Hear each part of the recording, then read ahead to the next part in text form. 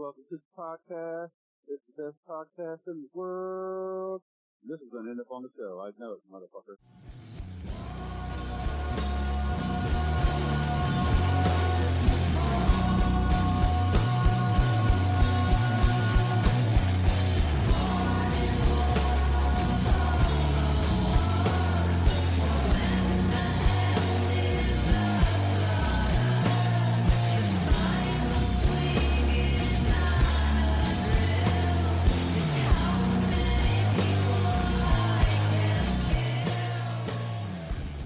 What's up, ladies and gentlemen?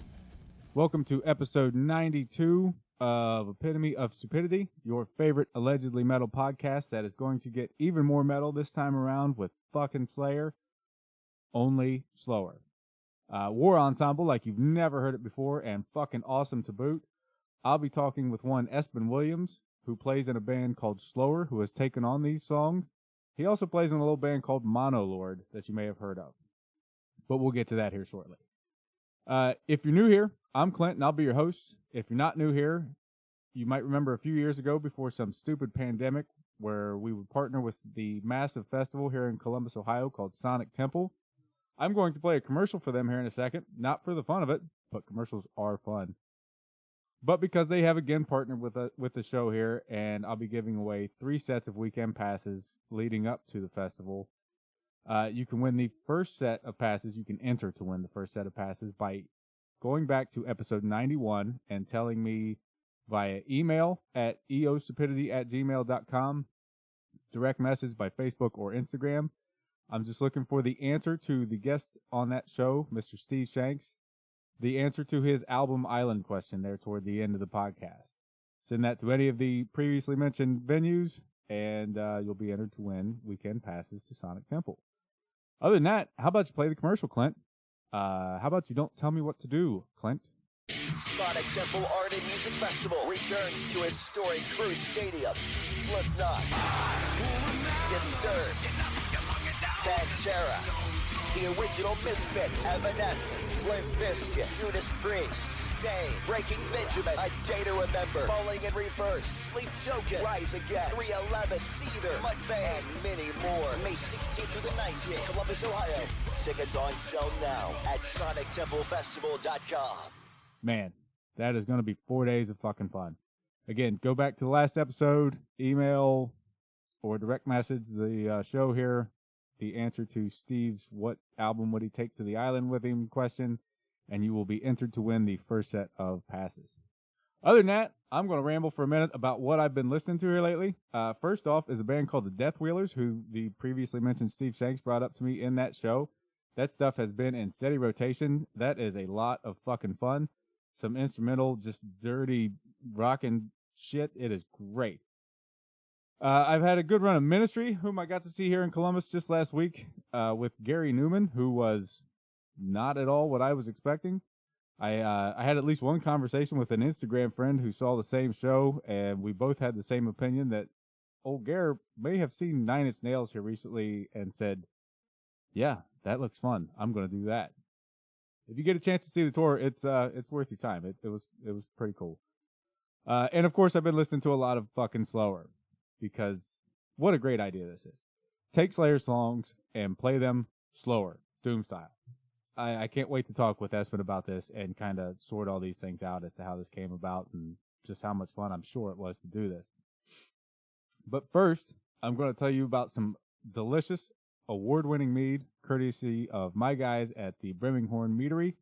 If you go to brimminghornmeadery.com and pick out some deliciousness, then at checkout, use the code EPITOMEAD, EPITOMEAD, and boom, you'll get 10% off your order. And at that point, you might as well go back and find you another bottle to buy, right? Right. And then they'll ship it to you. And a couple days later, you'll have deliciousness and you'll be drinking like a Viking. It'll be great.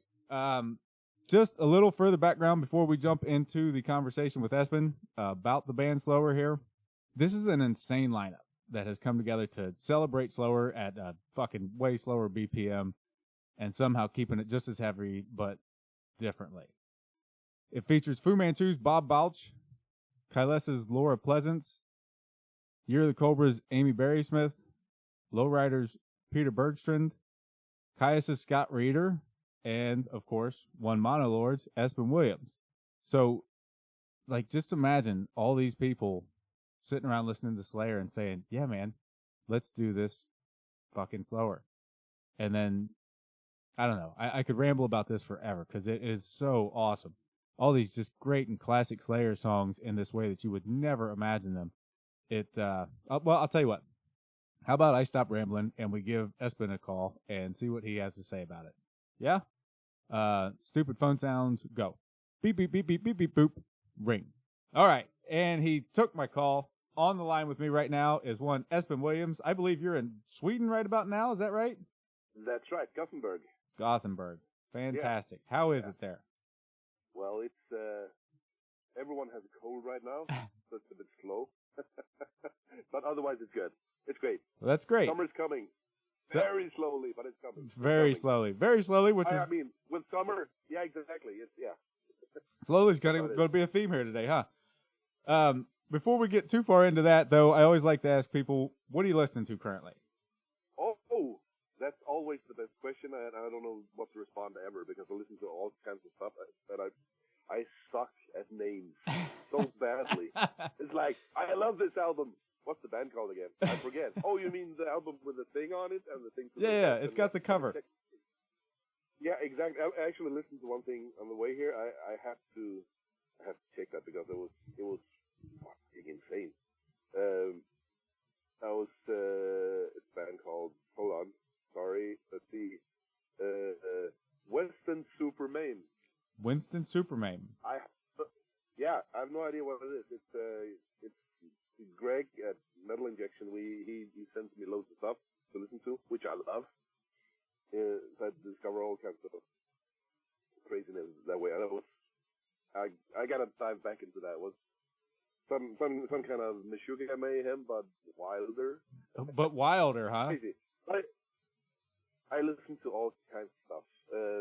When I have a lot of work, I usually tend to listen to very, very drony stuff like Sun or Devin Townsend's what's it called? The DreamWorks albums, which is like it's just ambient sounds.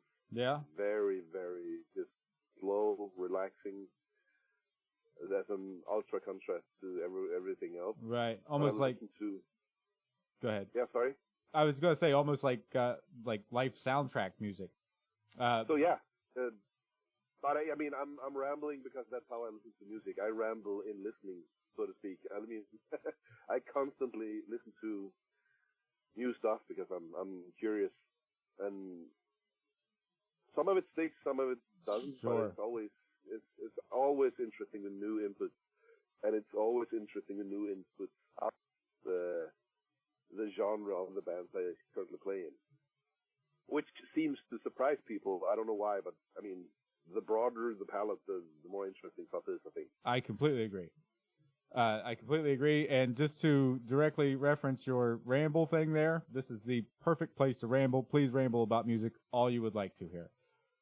Oh, beautiful. So let's jump right into this. We're going to talk mainly about Slower today, the Slayer cover band type thing. And I'm going to start with the easiest, most generic question that I'm sure you've answered multiple times at this point. How did this come about, and what did you think when it was proposed to you? It came about when Bob Balch contacted me because I don't remember this, but I apparently posted something about I like collabs. I think it's fun. It's interesting. I've always loved side projects in all shapes and forms. I've always felt that it fuels the main project, whatever it is. So it's always fun to get new impressions from new people, playing with new people, learning their musical language and all that. So I probably posted something about that. He read that and he felt like, I like Monolord. Maybe he would be in to do this. So he contacted me and presented the idea, and I was like, damn, of course I want to do this. I mean, you're Bob Balch from Fu Manchu. I love your band. And I love this idea because we'll probably get to that, but jumping ahead a little bit, there is something in those riffs when they're slowed down. That's super interesting because it's the Slayer songs. They're ingrained in most of us. I mean, we know them by heart. Right. The Great American Songbook, right? Of course. So, but listening to them much slower makes them completely. It's different songs altogether. So hearing the first scratch tracks from him with guitar with the same riff, it's like I know that riff. I know which song this is, and I recognize this. But still, I don't. Right. It's super weird. I don't know what to play to this because it's kind of Slayer upside down. It's like upside what down. The hell? How am I? Yeah, exactly. How am I supposed to approach this? And that was part of it. I mean, I love that aspect of it. It is a cover band. Yeah. By the way, I just turned 50 and I play in a cover band. So I'm the biggest cliche. But nailed it. But at the same, being a cover band, it's not covers. That's how I feel about it. Yeah. They are new interpretations of the song. And they are. That's a really long, like, sure. He asked me, I said yes. Oh, hell yeah. Absolutely. Yeah, and they are fucking amazing interpretations, to use your word there for it. It sounds like you are a Slayer fan personally. Is there a song that you wanted to bring to this project that didn't make it? Is there something that or is one of your favorites? Does it happen to be one of the ones that are on here? I get the question, but that's not really how the process was, as I see it. It's been Bob's project from the get-go, and I felt like he's taken the initiative to the choice of songs. He's always asked, "Are you good with this? Or do you have any other suggestions?" But I felt from the first song that it doesn't matter which song we're gonna interpret or remake, because all of them is gonna get a new costume, new sound. So I'm actually good with whatever song. The only thing we discussed a little more was that we didn't want to go for the most obvious choices, not the biggest hits. Sure. Maybe they get a little deeper, but that's really. It's a really vague answer because I don't know what to reply. No, what I'm trying to do is in a coy way ask you what your favorite Slayer song is, but I actually like your answer better and just kind of deferring to Bob there since it's his thing. So, but I guess I will follow up with, okay, what's your favorite Slayer song? Yeah. All of them. But to me, Slayer is kind of one of those AC/DC bands. They had their thing and they've done it for like 1 million albums. Right. And I love all the albums. It doesn't differ. It's like, this. Oh, hey, look, it's more Slayer, right? Yeah, exactly. More Slayer. I like it. Right. Bring it on. But I mean, I do love the hits.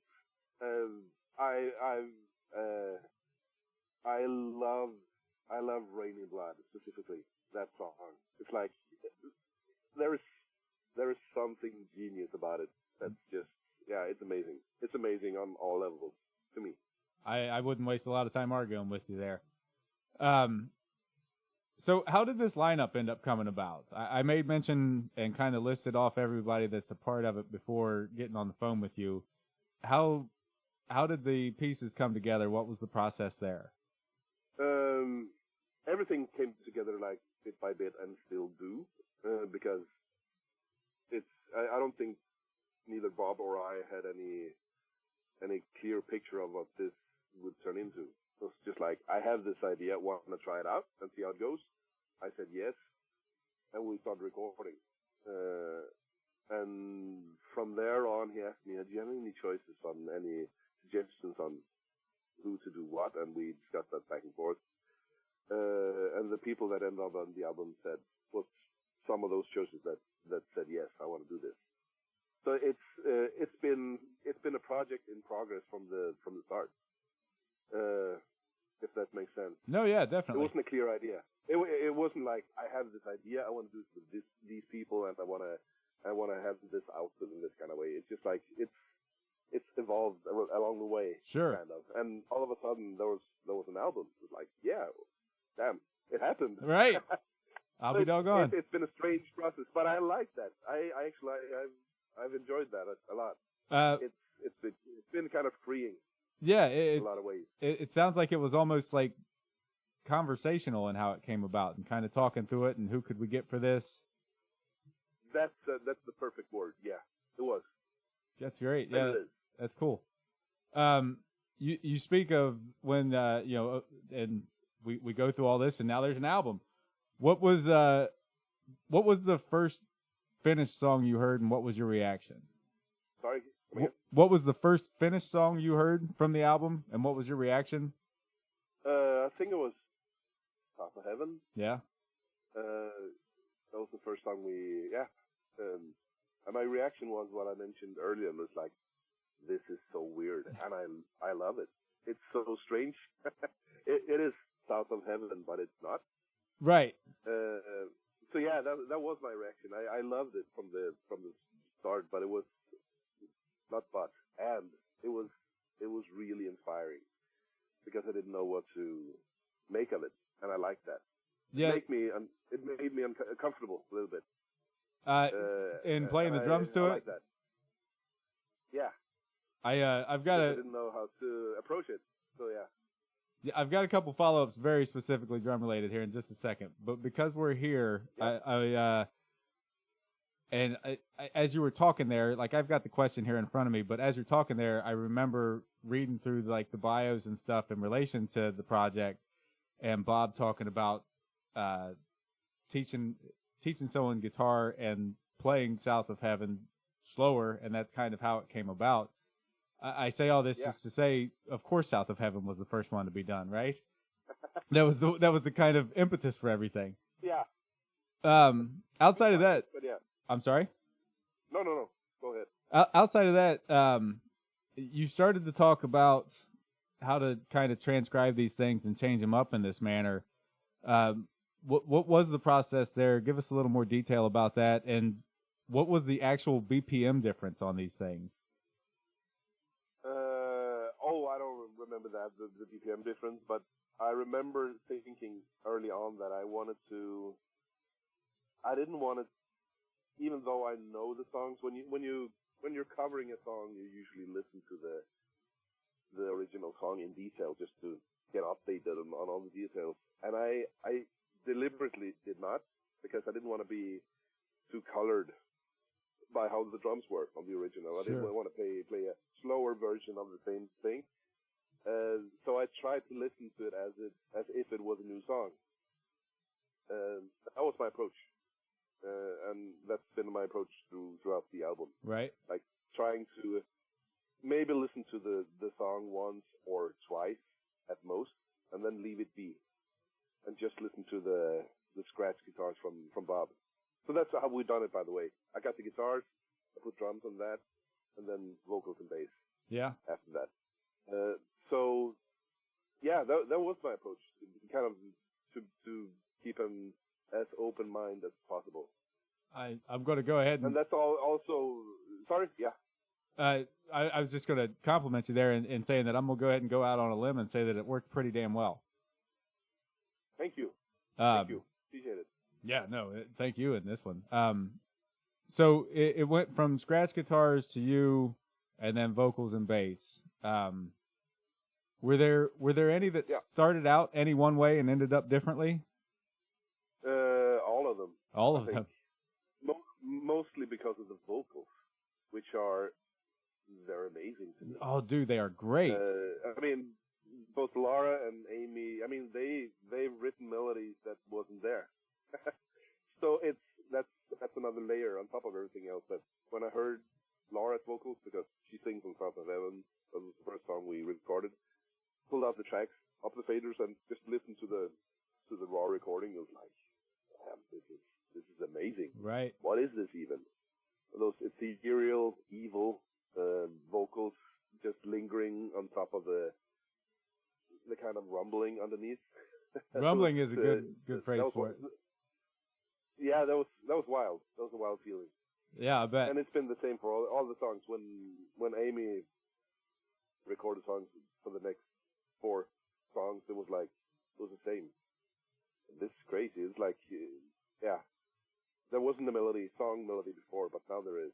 Yeah, they made it beautifully, I think. that is, I would completely agree there, and this kind of haunting thing that you mentioned there previously too, but like you never expect to say Slayer and beautiful in the same sentence, but son of a bitch, they pull that off, don't they? Yeah. I agree. They and it sounds like with the vocals particularly, they may have gone about it in the same fashion you did, where just kind of not necessarily trying to match the original and taking the new idea and running with it. I think so, yeah. Absolutely. Which I love. I think it's great. And I think it adds to to my ears, it adds to the heaviness, because the contrast between the vocals and the rest is like the heavy parts get even heavier, because those kind of vocals are on top. Haunting is a good word. Yeah, I love it. I love the combo, and I love the friction between them. Friction, that's a good way to. Yeah. There's almost like never-ending layers of how different and just its own thing you guys have made these known quantities, and it's fucking fantastic. Were there will there be any plans to play live? I know everybody's kind of scattered in this group. Yeah, there will be announcements on stuff. Oh boy, stuff will be happening. Stuff will be happening. That's I'm writing. I'm going to write stuff down. Will be happening. I'll leave it there. I'm writing down. Stuff will be happening. Happening. But you didn't hear it from me. It's fine. It's just you and me talking. Nobody will hear this. I hope so. I do too. Is there? I mean, that's.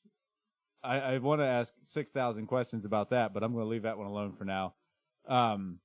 Good. Is there a possibility for more of this to happen? I mean, we have itchy fingers, all of us. So we'll see. Is that answer gives me a little bit of hope for more, is what I'm going to go with there. Because you're a drummer, and because I've seen some of the bio stuff in relation to this, and Bob, it sounds like he was originally kicking this idea around with the Poison Idea drummer who tragically passed. That's right. I don't know. I guess, how was that relayed to you? How do you feel about that? He didn't tell me that until very late in the project, because he told me he didn't want to freak me out too much about it. Right. So, but I was touched by it. I was really moved. I think it was beautiful. I mean, that's I took it as a compliment, because he told me the story behind it and how he felt about the project and why it just stopped. Obviously, because he passed away. Right. And me being some spark that set this in motion again feels really, that's heartwarming. That's how I see it. Sure. Yeah, I can see that. When you guys started to get reactions to this, was there any nervousness to dealing with these songs, putting these songs out there in such a dramatically different format? Were you guys, what were the initial reactions, and have there been any adverse reactions? I mean, since it's been kind of a, I don't know how to describe this. Since it's been kind of a loose project, and not loose as in sloppy, just loose as in conversational, as you put it. Sure. It's been a really good vibe between all the involved. It's been really like just a warm chat. It's been really friendly, good vibes all around, and the songs just came about one by one, just to see where things led. And there's been no pressure or deadlines, no labels involved early on. It's just been a project to see what happens with it. And along with that, I think it's, for me at least, it's been, I mean, I'm always nervous to present new music to people every time. Like, I hope you like this. I made this myself. I'm sorry. As many of us do. But that's part of the process. But apart from that, it's been comfy. Is the word for me at least. We're using like we made this thing. It's been a really inspiring process. I've had fun all the way through it. It's been it's been a little weird in that sense. It's a really good question, but it's been a little bit weird in that sense because it's been everything connected to this, everything surrounding this project has been very different from almost any release I've been a part of because it's evolved through the process of making the album. We didn't know where this would lead when we recorded the first song, and then when we just made another and another and another. And hey, we have an album. Let's see if we can get this released. So yeah, that was liberating. I'm rambling again. No, I rambling. hope it makes some kind of sense. It makes perfect sense, and again, rambling is encouraged. I imagine that once you guys had everything together, you were. I don't imagine you were short on takers for people who were willing to put it out for you. Maybe not. I don't know. I mean, the people no, I guess not. I wouldn't know. It wasn't like we asked a million people. It's just we discussed it, like who would fit, who would think this would be a fun thing, who might have the time to do this, and we agreed on a few names. So we did discuss it. It wasn't like Bob just said that I would want to do this with these people. That part we did discuss, but it wasn't that many names because it's kind of short list of people we felt might think this is the fun thing to do. Sure. So we didn't put it out there. We didn't make a Facebook ad like, "Hey, we have this project. Who's interested?" It's very much under the radar. Right. And it's, not to keep hammering the same nail here, but it's such a different take on all these things.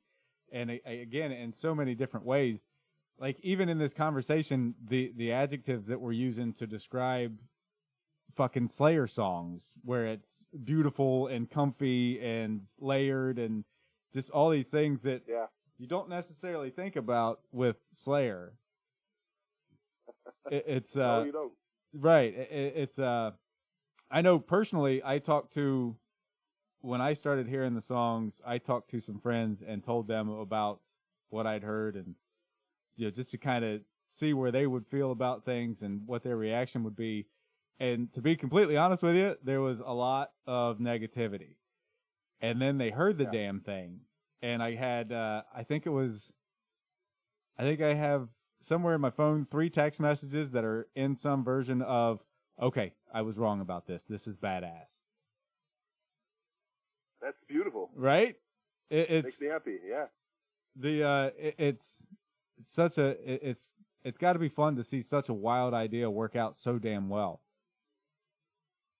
With stretching these damn Slayer songs out for 10 minutes and the haunting and the beautiful and the comfy and all these things. Now I'm rambling, so I guess it's contagious. You're not. At all. It's all good. So, unless there's anything else that you specifically want to point out about the Slower project, I wouldn't mind touching base about a couple other things that you've got going on. No, I'm good. Just shoot. Previous to getting on the phone with you here, I was listening to the solo things that you've got coming out, particularly Across the Everything. I know that album comes out March 29th, so here in just a couple weeks. That was not what I was expecting, and that is a lot of fucking fun. How is that coming along, and who's all a player in that? I lost you on the last part of the sentence. Who all come along and how's it coming along? Who all's a player in that? And I think that was the question. Oh, who's playing on it? Yeah. Yeah, it's me. All of it. All of it. Yeah. it came along. It came together from. It's just. I mean, I've been part of music making since forever, and like all of us, I have a lot of old song ideas that was just scrapped because they weren't good, as it goes. But then there was this handful of ideas that didn't fit anywhere, and that pile kept getting a little bit bigger. And I felt like these are kind of weird, and I see how they don't fit anywhere, but I kind of like them anyway. So when the pandemic hit, I felt like I want to make something of this. I want to see if I can make something bearable of these songs. Bearable. That makes me smile. Yeah, that was also kind of that was part of it because I love limitations as a motor, as a creative motor. I think it's a beautiful thing because we're all limited in some way. None of us can do everything, and I'm comfortable behind the kit, behind the drums. I feel at home there. Sure. But on almost everything else, I feel like I don't know what I'm doing. I don't know what key the songs are in. It's like, what key? The fingers go here. It's the 7th fret. Whatever key that is. Yeah, exactly. If I just play stuff, I feel like this sounds good. This must be right, and then I put it together like that. And I preach this to all kinds of people I work with and have recorded or mixed, and I'm not too good at asking that myself. So I felt like instead of asking people that are way better guitar players or bass players or anything than me, I want to try to do this myself entirely and see if I can make it work. So that's part of that project, kind of a social experiment on myself. So yeah, that's how that came about. Okay. I recorded the songs, mixed them, and then I very nervously presented them to a few labels, like, would you be interested in releasing this? And Majestic Mountain Records wanted to, so yeah, here we are. Yeah, you say that this stuff has been around as long as 2020? Yeah, the idea is even longer. I mean, it's some of them are new, some of them are old, most of them are rewritten lyrics or rearranged. Yeah, but the ideas are old stuff. But yeah, since then, I recorded it in between doing everything else because life goes fast. It sure does. It always does. Yeah. Which I guess is... It's taking its time. And it sounds like it's going to be worth the wait based on those 2 songs that are out so far. Again, Thanks, something that isn't...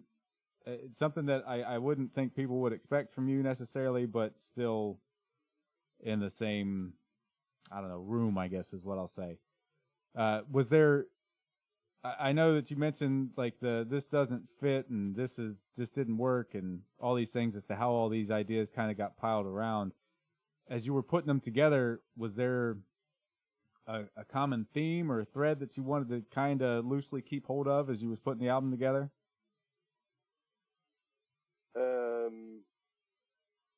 Yes and no. The theme, I mean,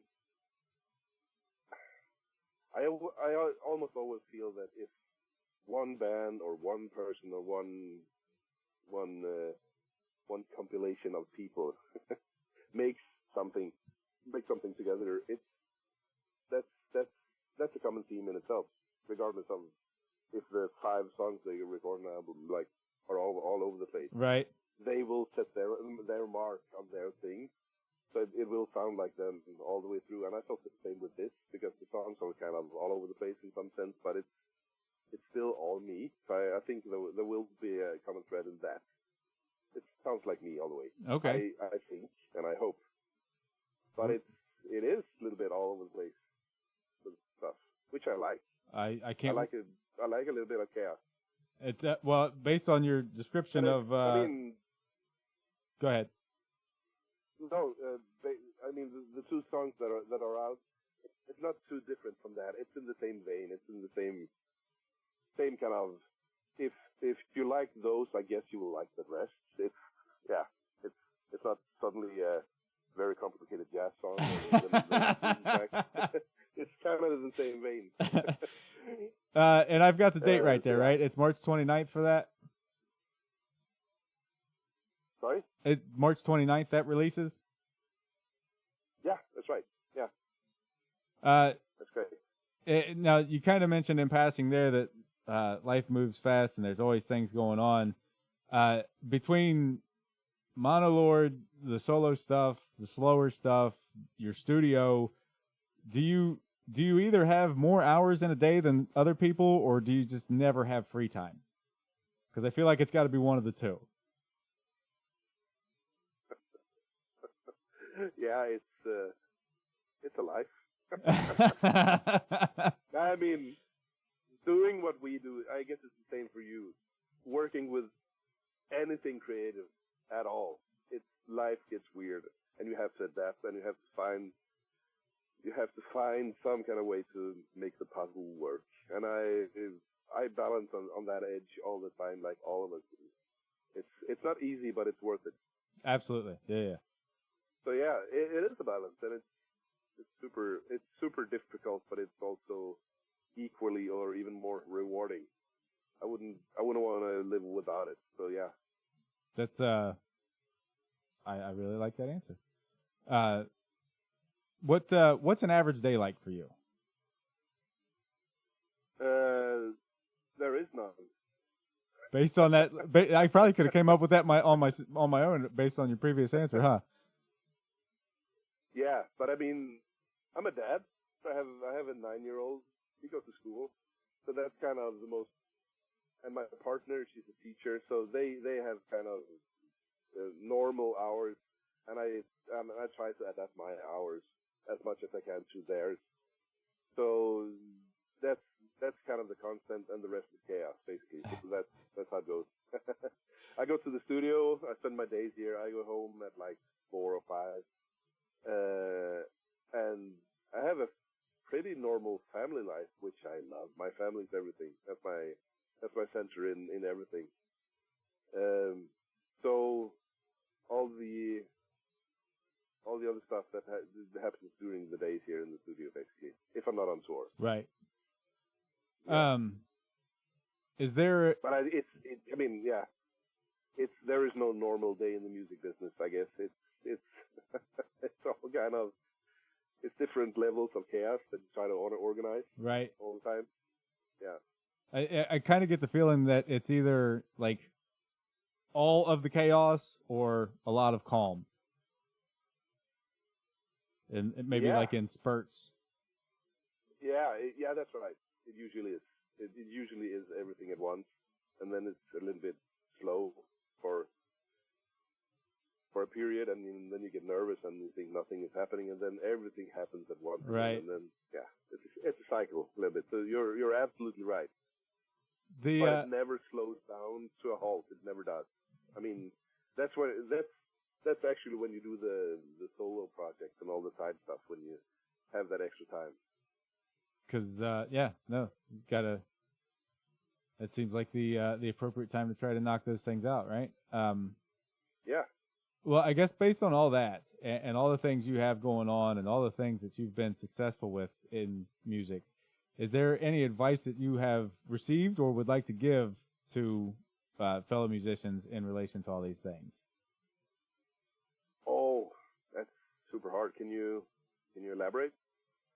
Just in relation to the music business, whether it be recording advice, touring advice, just things that a guy who's been putting out really good stuff for however damn long now could relay to somebody. I don't know. I mean, it's a super interesting subject, and it's an ongoing discussion for all of us, I guess, how this all works. And the more I do it, the less I know. Like most things.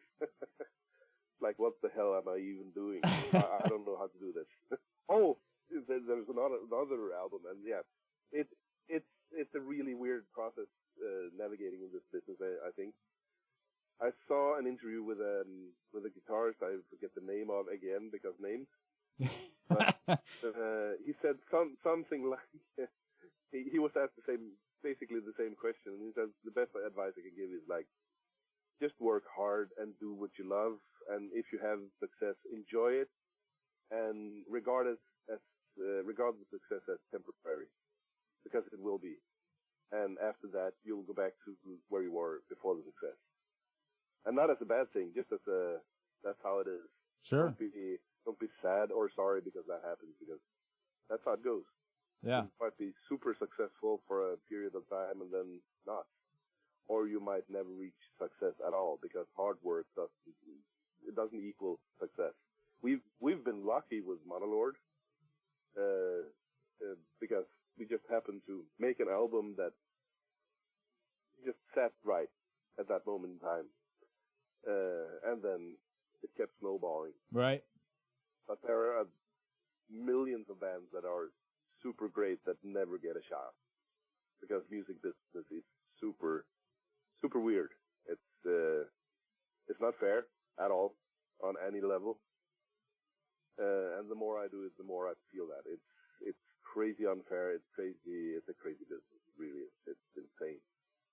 So all the cliches, I would say, they are true. Do what you love and excel at it. And if you're lucky, that will bring you somewhere. But don't try to adapt to an idea you think will propel you forward, because that will never work. Or if it works, it will be very, very short. Right. That's how I see it, at least.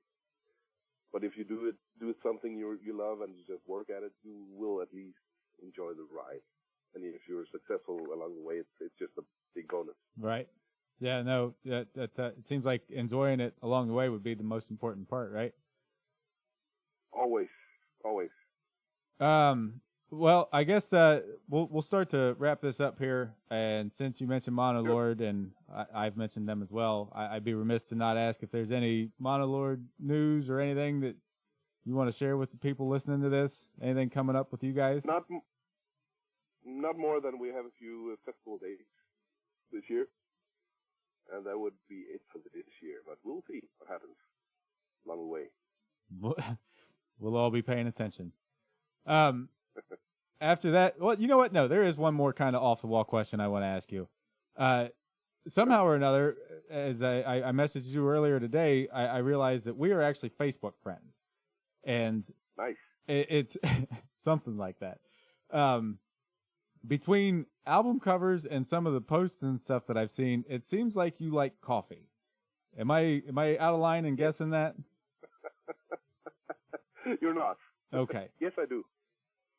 Coffee is delicious. I just want to double confirm that with you here on recording for posterity. That is true. I do enjoy coffee. A little bit too much of it sometimes, but yeah, it's a good sauce. I've overindulged myself at times. Now with that bit of goofiness out of the way, I'm going to take you through a round of kind of goofy rapid fire questions here, and then we'll get out. I'm not going to ask you coffee or tea because I'm pretty sure I know the answer to that one. So instead, we'll start with what's something you could eat for a week straight. Oh, shit. Pizza. Pizza's delicious. Yeah, it is.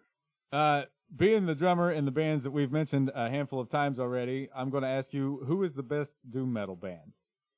Well, I never know what to reply to what's the best of anything. That changes by the minute. It's such a gotcha question. Yeah. I know. I hate to try to do it, but sometimes I have to take a swing. No, it's okay. It's okay. And I suck at replying to those because I should have the perfect answer. I don't know. I'm the best doom drummer. I don't know. I don't know. What's doom? That's probably the better question. But I think we'd probably need a lot more time to answer that one, huh? Yeah. So instead, we'll kick over to, we'll just go back-to-back food here. What's the weirdest thing you've ever eaten? Oh, it's, I think I'm vegan now, but there was a time when I ate meat, and I was in Greenland, and I ate whale, and it was exceptionally disgusting. So, yeah. Exceptionally disgusting. Yeah, it was horrible. Please excuse me while I write that down. Exceptionally disgusting per Esben. Noting all the good stuff. Let's see here. What's the next stupid thing? If you had a parrot, what would you name it? Oh, I have it.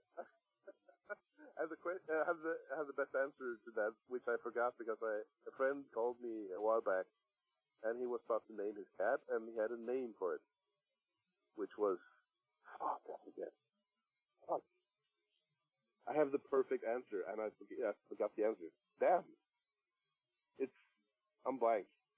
So it's gonna be called blank. Hey, blank. Blank. What's up? There it is. Yeah, blank.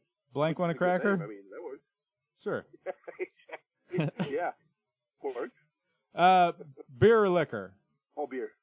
Easily. Me too. What's the most embarrassing thing to happen to you in public? You want me to tell you that? Preferably. Which I will. All right.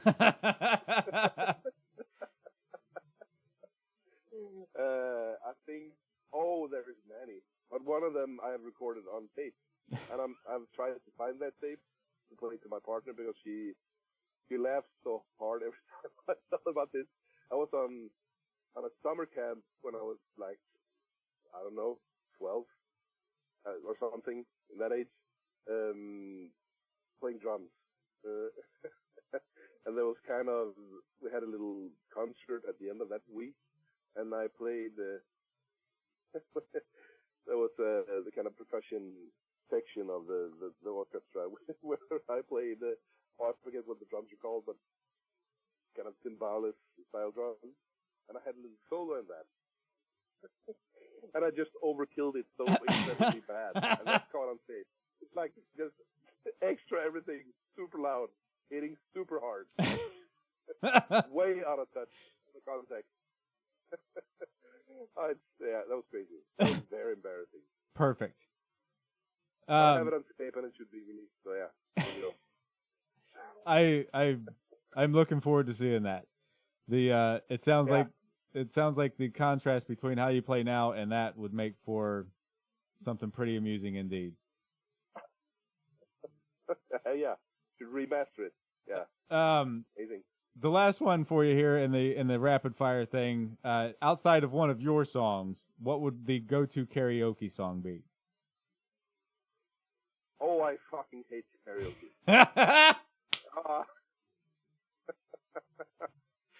So yeah, that would be a beer for me.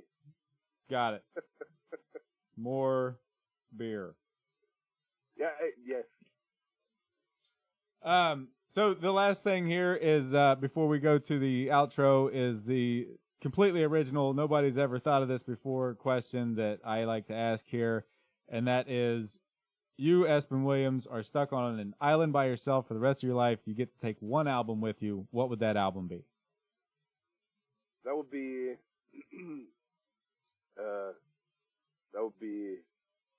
either Power Age with AC/DC or Real Gone with Some Weight. I think it's called the red one, right?